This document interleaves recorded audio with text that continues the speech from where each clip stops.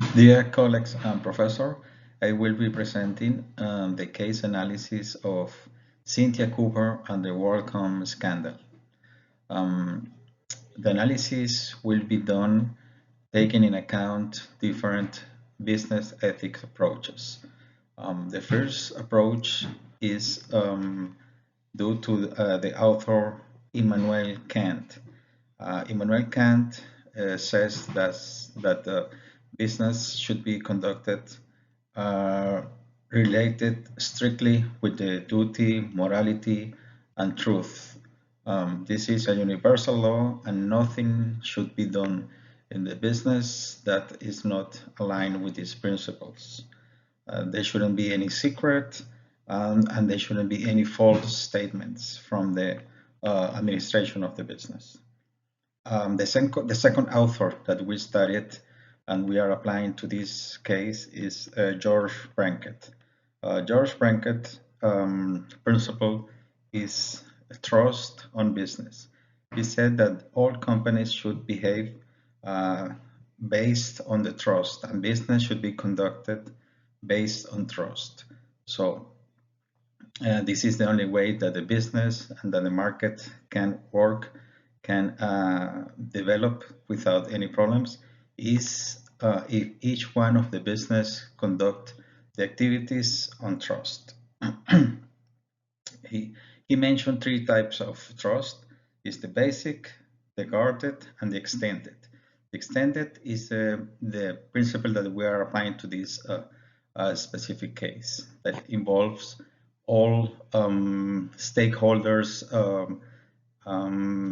well-being of the company, and that the business should be conducted under these principles. Then we have Ciselbock. Ciselbock mentioned with the whistleblower. Whistleblower is a person that identifies the misconduct or the non-ethical conduct in the business, and she explains the need this person has to express and to denounce the problem that the company is having in regards of the ethic of business.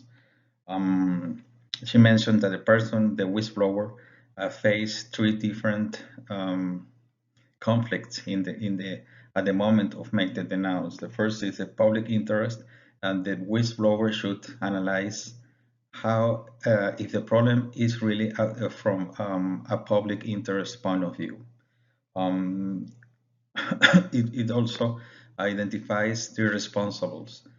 The conflict because you are making and denouncing maybe a co-worker or someone at the company that can even affect yourself at that moment. So this is the second conflict that a person will face at the moment of make the denounce. The third is the risk, personal risk that the whistleblower is taking, and also the family. So this is the three conflict that the person has. This is what Giselle Bock present in the ethics business environment. Finally, we have the Sarbanes-Oxley Act. This is a regulation that appears after many scandals in the business world, and it tries to control any unethical behavior. It refers basically on the financial statements information that should be accurate, shouldn't be false, should be well supported. It also refers to the internal controls that the company should have. They should be an internal audit division checking all the financial statements, all the accounting, and all the supports that the company has with the information that is going to be public. And finally, it also have the whistleblower protection. The Act mandates that any person that make a denounce should be protected against any situation when making the denounce, and express and discover any misconduct in the business. So the case of WorldCom was basically an accounting fraud they make mistakes in, or not make mistakes, they really make some fraud in presenting expenses as capital expenditures. Also, they didn't make any reserves for the accounts that they knew they won't be collectible. This is done only to present a company with better profits figures, with a better financial exposition, and this is completely fraudulent. They make up all the financial statements, and they make these figures public, and to receive more financing, and to present a company, a better company than they really were. And they base the growth of the company on those numbers. This person, um, Cynthia Cooper, was the head of the internal of the internal auditing division, and she realized what was happening. The exercise asked us for advice, and the advice that we can give her as a business administrator is basically that she needs to really present the case. And now that we are involved in this case, we are going to present the case with her. It means that it is a non-ethics practice at the company, and under any of the three authors that we just studied, we really need to make a firm decision on denounce what it was happening. We cannot tolerate these activities in a business environment. The whistleblowers will be protected according with the Sarbanes-Oxley law, and there's no way that this kind of conduct are permitted in the business environment.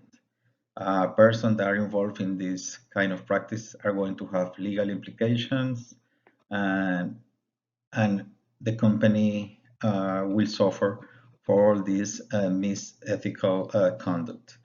So, by any perspective, there's no permitted to take profit of certain circumstances by lying, especially in financial statements, where you can see, or you can try to present a company that it really doesn't exist. Um, according with the information, the fraud was about $4 billion in the company, and many people take advantage of it. The company was growing, taking advantage of the lies, of the misconduct that they were applying. So the case is really a good example of all unethical business conduct that an institution can present. We studied those authors; all of them agreed in having ethical business conduct so that the company can grow and can keep working in the business. And there's the Sarbanes-Oxley law, known as SOX, also is an act that really regulates corporations to avoid this kind of conduct. Thank you for your time. This is the end of the case analysis.